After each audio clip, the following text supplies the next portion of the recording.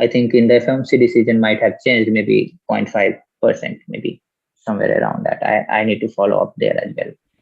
Probably But negative if you account for inflation.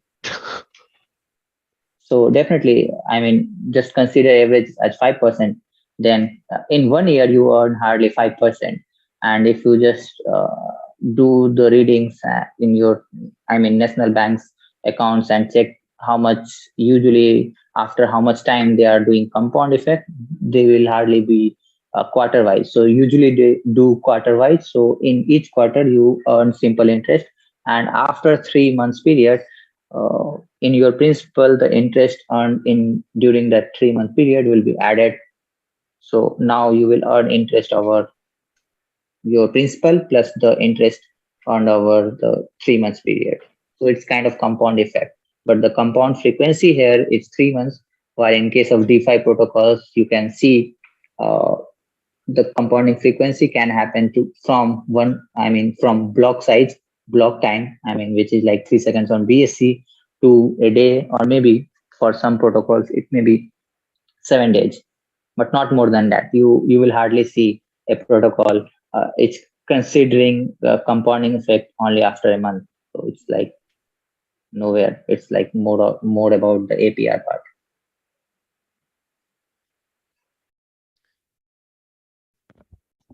Okay. There is so much to it, and so many people use those terms back and forth, and it's really important that you clarified that like that. The APR and the APY are not the same. They're not interchangeable, and there is a difference. You know the difference because one is compounding and one is not. That makes a huge difference in your pocketbook for sure. So liquidity pools, liquidity providing, and total value locked. Last year at this time, I think there's probably over 10 times the total value locked in DeFi that there was last year at this time. It's a gold rush. That's all I can say. And it's growing at 2 to 3 times the rate of the regular crypto market. And it's no wonder. I mean, these types of tools are necessary. Because centralized finance sure just isn't doing it anymore. Like we're talking about the US being 0.5%. Well, I'm from Europe. Bank balances here are negative, so there you go. Yeah, really. So yeah, it's I believe it was Elon Musk who was in an interview, and he said, of course there is always use case for crypto, because if you look at they have a factory here in Berlin, and he said, if I'm just looking at the bank balance of the European account, I can just see the balance drop in real time. And it's so frustrating. Like, people are actively looking, especially now when everything is getting expensive and inflation is kicking in. People are looking for ways to maintain their purchasing power. And I think a lot of people are looking at DeFi as a way to achieve that. And I think that's genius. I think that's totally a right approach to do things. Well, yeah, I mean, you keep hearing people talk about it being a hedge against inflation, when that's exactly what that means. It means preserving your purchasing power and making sure that your money can buy as much or more this year as it could last year.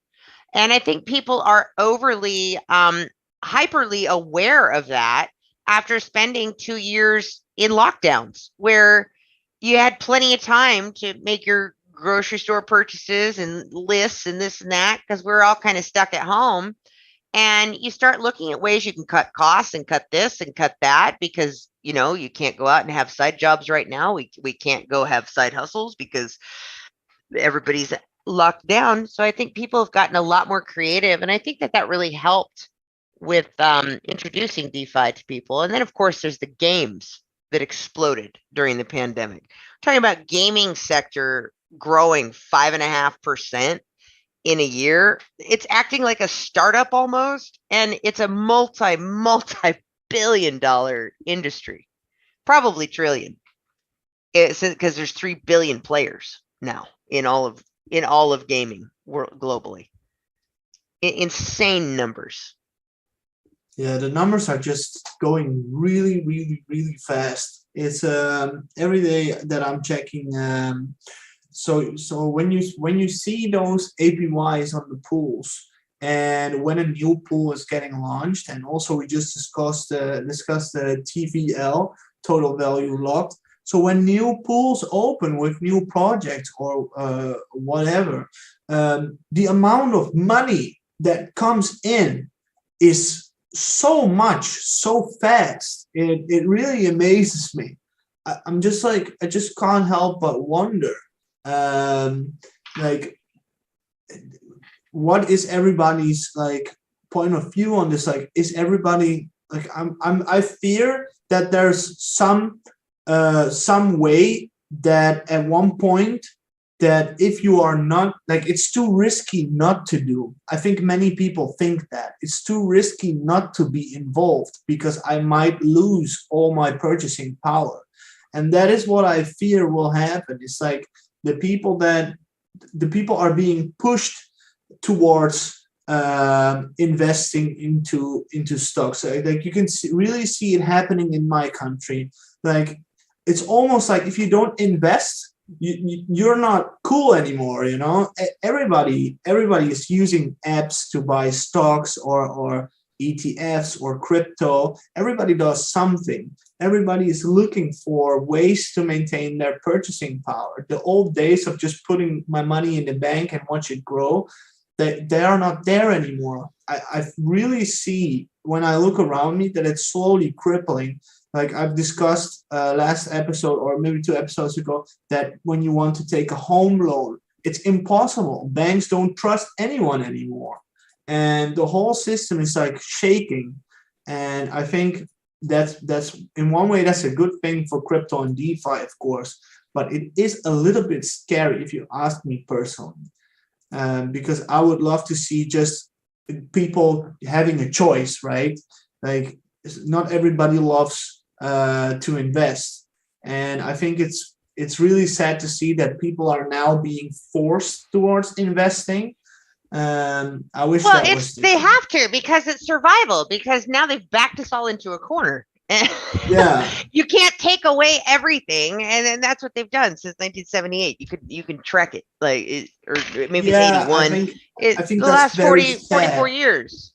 It's just taking it all. It's largest wealth transfer in human history, and here's a huge percentage of it last year. But crypto's one solution trying to take out that beast. All right, everybody, that's another episode of A Little Late in Crypto on this Monday night. We will be back again on Wednesday. And tonight we talked about liquidity pools, how to dive into one, and we gave you some tips and tricks on when is a good idea for you to jump into a liquidity pool. Trading Star shared some really good tips tonight that you're going to want to check out if you missed the earlier part of the show. All right. Thanks so much for tuning in. And this is your host, Riri, signing off.